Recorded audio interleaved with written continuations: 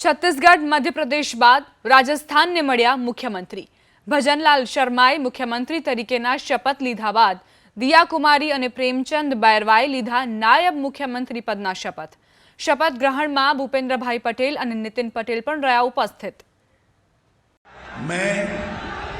मैं भजनलाल शर्मा ईश्वर की शपथ लेता हूं कि मैं विधि द्वारा स्थापित भारत के संविधान के प्रति सच्ची श्रद्धा और निष्ठा रखूंगा।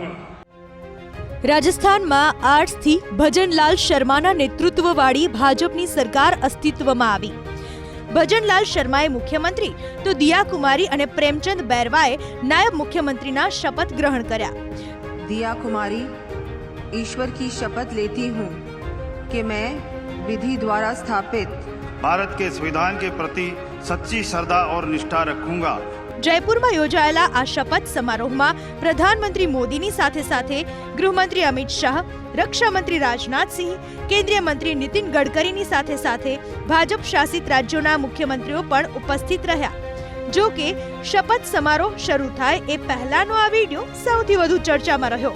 પાડોશી રાજ્યના મુખ્યમંત્રી તરીકે આપણા રાજ્યના મુખ્યમંત્રી ભૂપેન્દ્ર પટેલ અને ચૂંટણીમાં ભાજપના સહપ્રભારીના નાતે નીતિનભાઈ પટેલ પણ આ કાર્યક્રમમાં મંચસ્થ હતા।